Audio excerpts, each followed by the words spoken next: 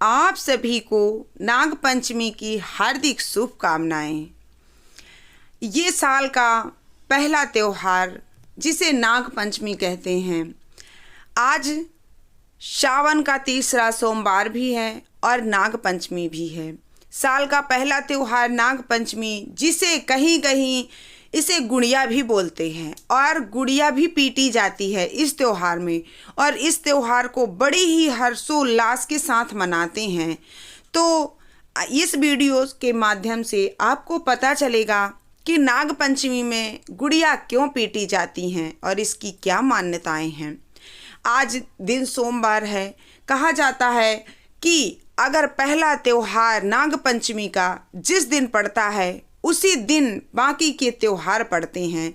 जैसे नाग पंचमी आज सोमवार को पड़ी तो होली, दीपावली जैसे बड़े बड़े त्यौहार भी सोमवार के दिन ही पड़ेंगे। और आज मैं आपको बताती हूँ कि आखिर गुड़िया क्यों पीटी जाती है नाग पंचमी के दिन। तो बहुत प्राचीन काल पहले की बात है। एक भाई बहन की बड़ी ही प्यारी कहानी है, छोटी सी। दोनों भाई बहन रहते थे, छोटे छोटे थे दोनों। भाई क्या करता, घर के बाहर मंदिर था, उधर ही जा कर के खेला करता था।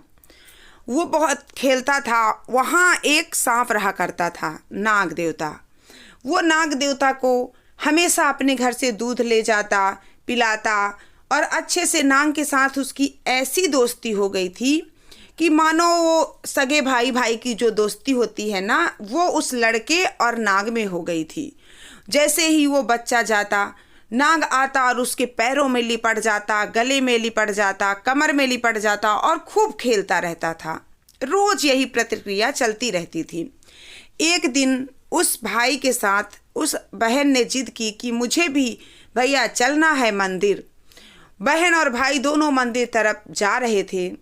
जैसे ही मंदिर के पास पहुंचते हैं तो वही नाग फिर से आकर उसके भाई के पैरों में लपट जाता है।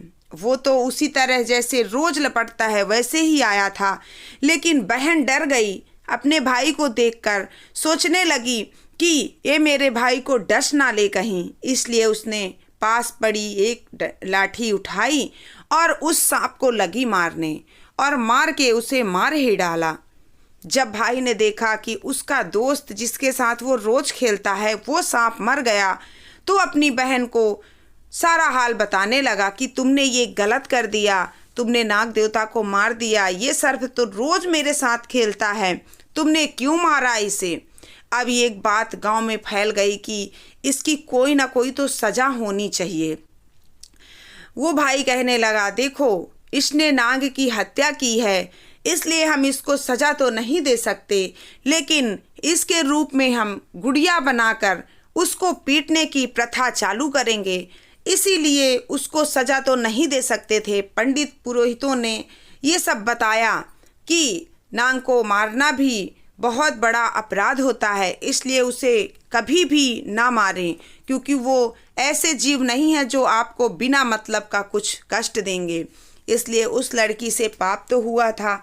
तब से लेकर के क्या करते हैं कि गुड़िया बनाते हैं और बहन ले जा कर के डालती है और भाई गुड़िया पीटता है, उसकी सजा के तौर पे ये करने लगे। तब से गुड़िया हर नाग पंचमी के दिन गुड़िया पीटी जाती है और इसकी बहुत ही मान्यता है।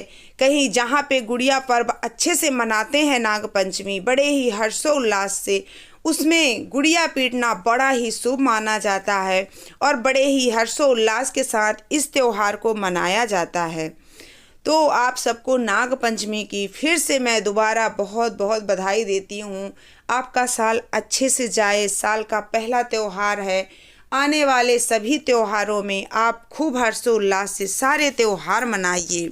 जय माता की, जय नाग देवता की, जय नाग माता की।